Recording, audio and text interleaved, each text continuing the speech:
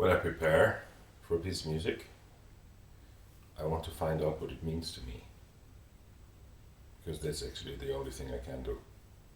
I can look at the music, listen to the music, read the music, and be very open and sensitive to find out where is the resonance of that piece, of that content in myself. And what does it do to me? How does it affect me? This is the process of learning, studying music, to find out what it means to you. Because that will be the basis of what I can potentially, in my interpretation, tell to someone else. I cannot tell about the music, because there's no truth in it. There's no right or wrong with this and that or blue or green. I don't know about any of that. I can only try to find out what it means to me, and then admit to an audience, to whoever is interested, to admit what it means to me. And that is my job. My job is, I'm a professional admitter. I admit my humanity. That's what I admit. That what makes us all the same, our humanity. Everybody is afraid of something, has lost something, loves something, hopes for something. Everybody. And it's my job to admit that. I go out on the stage and I publicly, with the utmost honesty and truth in it, I say, yeah, this is my humanity. You're not alone. And is this also the reason why you, as a human being, as a personality, want to develop? Or don't you want to develop anyway?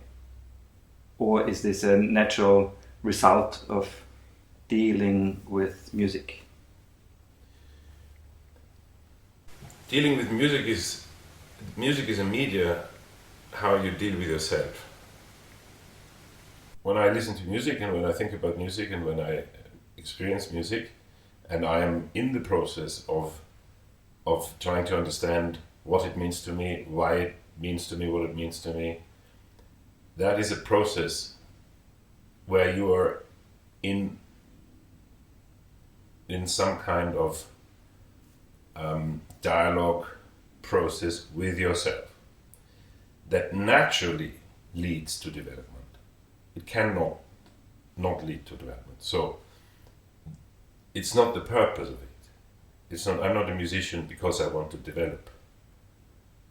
But I think development altogether, as a human being, will naturally result from this time and this attention and this very refined and sensitive attitude that I, in quite substantial periods of my life, because it's my profession and I take it very serious, I spend with myself.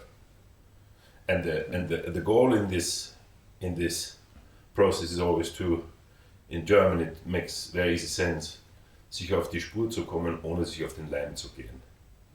To try to find oneself, to follow oneself, to find, sich auf die Spur kommen, so to follow one's own track without bullshitting yourself.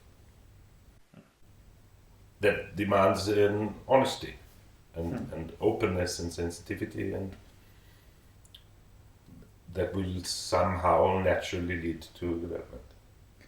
And development, that's the reason why you still want to sing the same piece of music you sang 5 years ago, because you think it's still interesting for you, because you are not yet there where you can say, I know everything, or is it just other times it will tell me other things? Music will naturally it does. Yeah. Like let's say one of the big, the biggest works in the particular field where I do a lot in leader singing is Winterreise, and you prepare for that for a long time, and I studied it for 1 year, and then I did my first performance of it, and I thought it would change my life, which of course is not true. My life changes Winterreise. It's the other way around. But And there is no, if there would be one perfect version of a piece of music, one perfect performance, it would be ludicrous to do it altogether, because someone would have already done it, recorded it, and said it or found it, and it's the truth. There is no truth. Naturally, there is no truth. There is no truth at all. So it doesn't really matter. In some things are for our process and for our collaboration with other people and with oneself, better media. They're better obstacles. They're better transporters of that, because they're stronger pieces, because they talk to you louder or clearer or stronger, and some will talk to you later. There's musical pieces that I didn't understand. That I didn't understand. When I say I didn't understand, it's like I didn't understand what it means to me, or whether it would touch me and why it would touch me, or whatever way.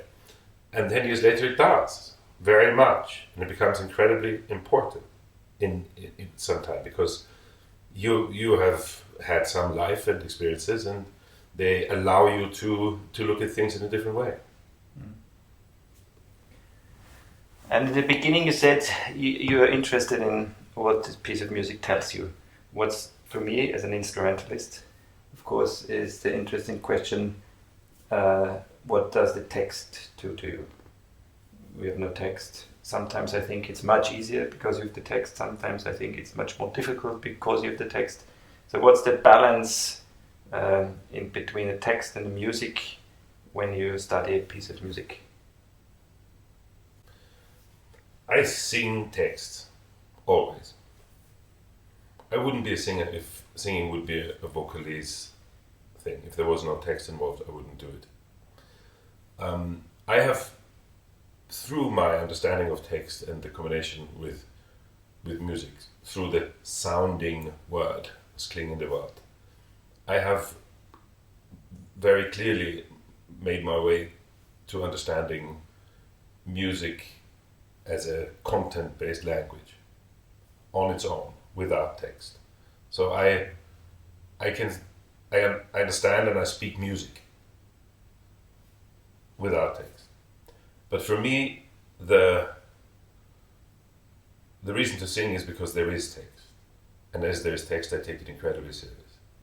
And if I have absolute free choice, I only sing things that have texts that mean a lot to me. And this is one of the reasons why I'm so very fond of the German Lied repertoire, because we're incredibly lucky in our language to have incredible poetry from centuries, from the finest poets of centuries, set in genius music by the finest composers. It's an incredible gift. I don't know, I hardly know any opera libretto which is as good as any poem by Eichendorff or Goethe or Heine. Maybe Georg Büchner's Wozzeck is an exception. And here and there phrase. But however, the text is incredibly important. The text is not only as text important, the text is the beginning. When Schubert composed a song, he didn't have the tune in his mind and then found the text which would fit it properly. He read text and the music came to him like this. This is the way. This is the right way. So there's the text and there's the music, and then there's the performance. But then there's the artists who are looking at it and think, what does it mean? Yeah, but the process in preparation is to get it together, the text and the music. I mean, yes. Otherwise, if the text this is only a problem with weak composers. Okay. Weak composers sometimes, let's say, weak is maybe a bit strong as an expression. There's a couple of composers who will sacrifice the proportion of the rhythm of the language and of text to a musical idea and to a musical phrase, this and that, and it's always very hard to make it happen, because if they compose something against the text, the best composers who compose on text just don't do that. In over 600 songs of Schubert, you won't find a phrase which you cannot properly pull off because the musical phrasing is totally unspeakable. It's just not happening. They have composed text. It is text, it's language. When I sing a recital, and it's a good one, I come off stage and I feel like I've spoken to people. It's speaking. I want it to be speaking. But still you're not an actor, you're still a singer. So you make music with the text. Yeah, the text already is music. So it's inseparable. It's inseparable. And of course I'm not an actor. And there's a quite interesting aspect of the discipline of singing, and particularly of classical singing, because it is, to start with, artificial. Nobody walks in the streets and breathes deeply, then he flexes his diaphragm to support properly, and then makes all the resonances in his head and produces a technically complete, classically informed tone to being able to transport a word through a hall for 2,000 people. This is not natural. It's totally artificial. And the fact that it is artificial actually is an advantage. I'm never in the problem of in a performance. I have never a problem with the pretension of it was real. You know, like you go to theatre and then you have a Shakespeare play and then it's like Romeo whispers to Julia, and they have to whisper on 85 decibel because they have to get the whole book to understand what they're whispering. There's a whole problem in the pretension of realism. The artificiality of singing doesn't have that. It's not that. It is not the pure natural communication form of speaking as using the text. It's already a different thing. And within the boundaries and within the so-called rules, or whatever you call it, of classical singing, it appears to be, in the first place, a quite limited space that you have, as it's altogether always in classical music. We have a perfectly written time code with the values of the notes, and then we have pitch, and then we have this, and it all has to come together incredibly accurately to be pulled off. But the whole fun and the whole fascination of it is to develop freedom within small boundaries. That is the interesting thing. That is the subjectively incredibly interesting thing, because the felt freedom is always in proportion to the space you're given. We are given a somehow tiny space, and we develop incredible freedom within it. That is what I'm trying to do, and that is what makes it so incredibly fascinating and interesting. Coming back from the artificiality of the discipline, creating an atmosphere and creating a self-understanding within an artificial, vocal emission or whatever communication, that within its realm, within its boundaries, is absolutely natural and true. It's a fabulous task. I find my way of communicating with my audiences when I sing a recital totally natural. It's totally natural to me. After I have put in millions of hours of work in getting the whole technical and projecting and articulation, you have to get it all out of the way, and then it's a total natural thing. And I have the funny feeling that if it's done well, and if it works somehow, that audiences have the same idea. It's natural to them too. To us, singing is natural. Singing is a natural thing. It's a totally natural thing. The artificiality of it is this weird classical aspect of it, which pretends it should sound like this or that, which of course is bullshit. But singing is a natural thing. Maybe the most natural thing. Yeah, and reaching this point where it feels natural, this is where you open up your personality and admit your feelings and this is where you can start being honest, isn't it? No, I can go out on stage and honestly admit that I have to do something utterly stupid, which is too hard and I can't do it. You can admit everything. You can admit failure. You can admitting is everything. Everything is real, but ultimately it's the only interesting thing. I might have not understood what you mean by that. Now, in the beginning, you said your job is to understand what the music means to you, and then admit to the audience what it means to you. I have to admit my humanity. Yes, but this only starts when you are able to have this feeling of it's natural what you're doing. I don't think so. If you're still engaged, busy with your technique and with projecting and everything, how can you show honestly your personality or your feelings? Yeah, I agree. If you are totally occupied with technical issues, it doesn't even get to the point where the material, the music, touches you yourself.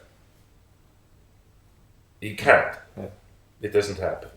And the process is quite interesting. The process wants to be that I don't want to be touched by the music I'm making. I can't be. That would be utter bullshit. I'm touched by the material. I'm touched by the text and by the composition that I know, that I feel. That gives me an emotion. That is what moves me. And I express my being moved and my emotion. I'm not touched by the music I'm making. I'm touched before making it. I'm making music because I am touched. And then I make music. Because I'm imagining and knowing and understanding the next word I'm going to say. And it says so much to me. And the melody and the harmony, whatever it is. But I cannot be touched by the music I'm making. If I would have to listen to myself. And that is the biggest demon of the performative arts, to listen to yourself. Then you kill it for yourself. If I'd listen to myself while I'm singing, I would consequently, absolutely, make it impossible to be in the moment. I could not be in the present, because when I'm singing and listening, I'm already behind myself. Then you will necessarily fall into vanity. Once you listen to yourself, you will fall into vanity and you're lost.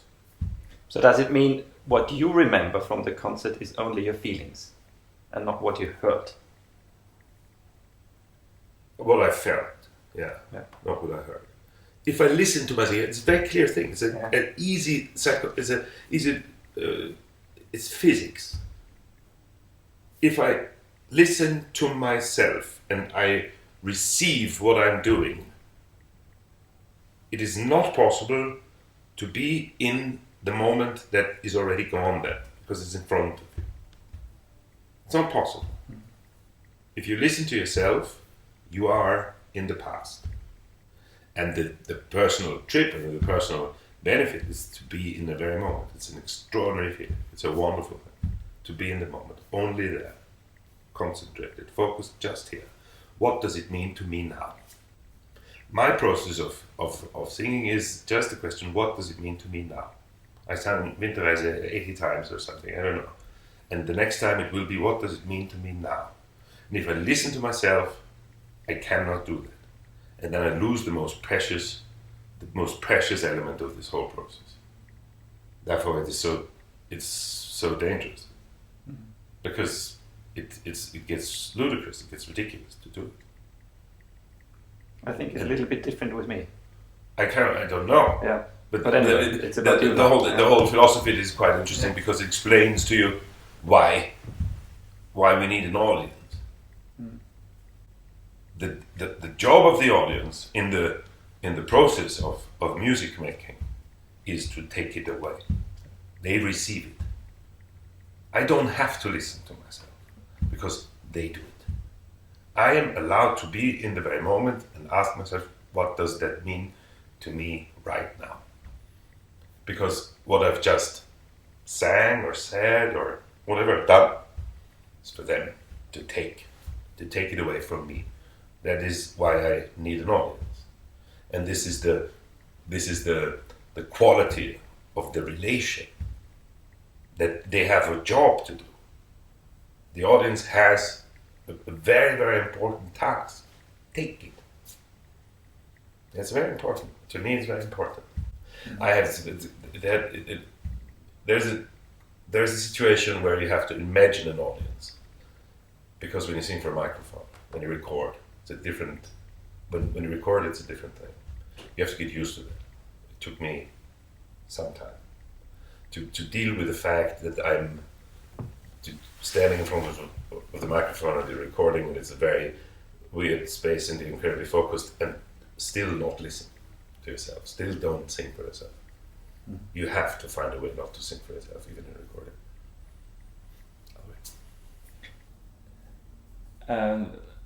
What is it if this doesn't really work? If you don't feel the connection, if you feel the audience, whatever, is too far away, or is bored, or is whatever, happens sometimes. I don't really care whether they're bored or not. So you don't care. So About if the there's audience? so is there a different feeling of different audiences? Do you sometimes feel You feel attention. You feel their attention. If you have an audience which is fully concentrated and fully there, coming into this deal, being with you in that very moment, having their share, you can feel that very, very clearly. And it's a great thing. And there's an element of necessity of it in it, if you want to have a great special performance of what kind ever. I would believe in any kind of performance, because we have the problem of distance. How do you overcome a distance of 65 meters to the last row in a big concert hall? Even if you play or sing incredibly quietly, if you express something very, very minimal. And the answer is quite simple. You get the people to lean forward. You cannot take your idea, your tiny little subtle thing, and throw it to everybody and deliver. You can't. It's not possible. You can create an atmosphere, a tension that draws the audience in. And if an audience does, in a concert or in a theater performance, if an audience does this, just lean forward because they want to get there. That is how you overcome the distance. From the stage side, you can actually not do it. You can't deliver. You can just ask them in. And you can do that very well. And if you've been doing it for a long time, you can see incredibly professional people in how they draw people in, how they communicate, how they lure them into their game and into their performance, and then they have them. And you very clearly feel when you have them in your hand. And then there's different kinds of things that you perform. You can perform very introverted things, which are for everybody as a single person, and you as a single human being, and saying, it's my little me and I have this problem, and everybody admits, yeah, me too maybe. And then there's things like ballads, when you go out there and you say, I know a story that I'm going to tell you now. It's a totally different thing. So there's so many different ways. And then you have musical theater, and then you have concert. And there's every little discipline has its own little nature.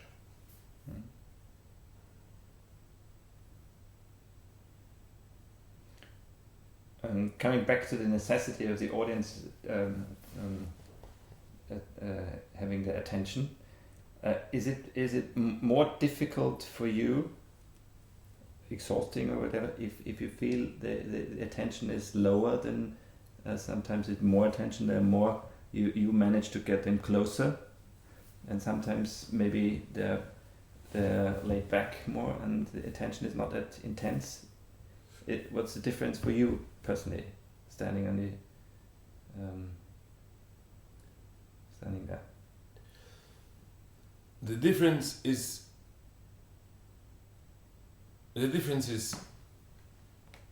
most probably ultimately in the quality of the experience altogether. If you have two parts of an experience and one part doesn't to the fullest fulfill its part, no fingers pointed. It can be my mediocrity that makes them not, but no, it's clearly, I mean, this is not, you don't have to say audience should and must behave like this, and if they don't, it's their fault and they ruin the experience. But if you have two parts, and this is somehow the thought, then both have to fulfill it to make the experience whole and very special. If it's all horrible because the audiences don't do this or that, or they're not interested, then you might move a bit further into yourself and be more secluded and have your own little experience there. That's possible too. But it's not the best way. It's not the best way. It's not the best thing. The best thing is it comes together.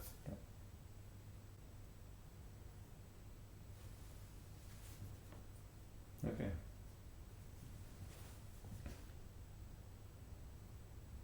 Can you just shortly tell me how you would learn a totally new piece, maybe even a contemporary piece, and how long it takes? For instance,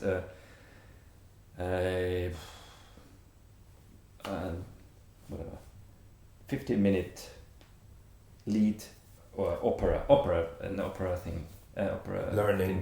Learning is the same with when our kids learn or not learn at school, or anybody learns anything.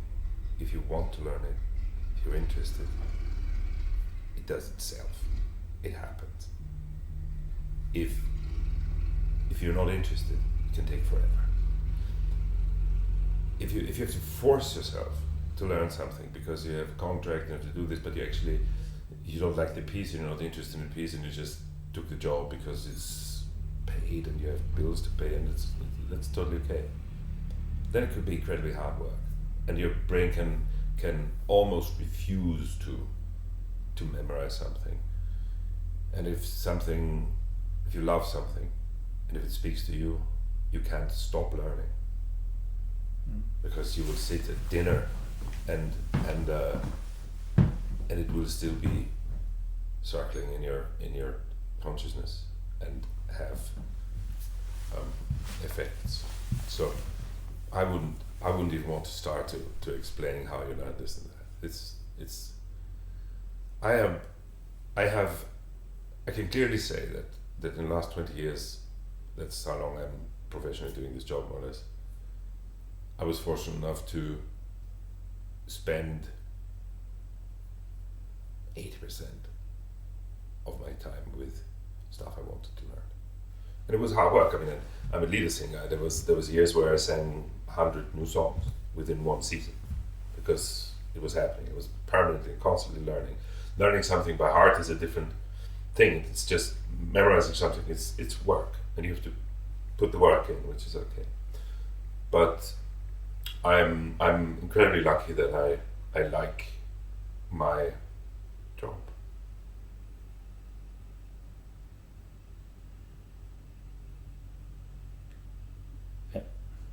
One last question. Of course, there are different artists, musicians who take different approaches to pieces of music. Some read a lot and do lots of research and about the time where it was written, about the composer and everything.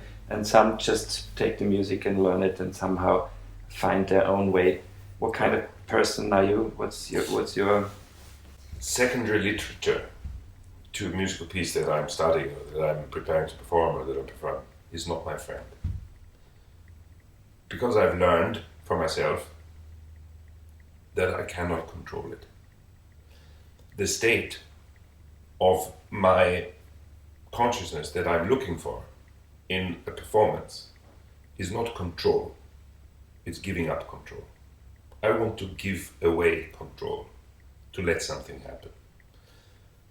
If you do that to your brain, or if you do it to yourself, my brain starts to produce information that I have to compute. And that's horrible for me. That I don't have a plan when I go on stage and sing Schubert. I don't have a plan. I don't know how it will be. And I don't want to know it. So if I'm opening up and saying, come on, let's see what it does to me today, and admit it to the audience. And then come informations about Schubert's life and this and that and dates and what he had for dinner and blah blah blah and all this kind of stuff. It distracts me. I cannot deal with it. I cannot handle it. For my particular way, and I think this is a very particular attitude. A lot of my colleagues look for control.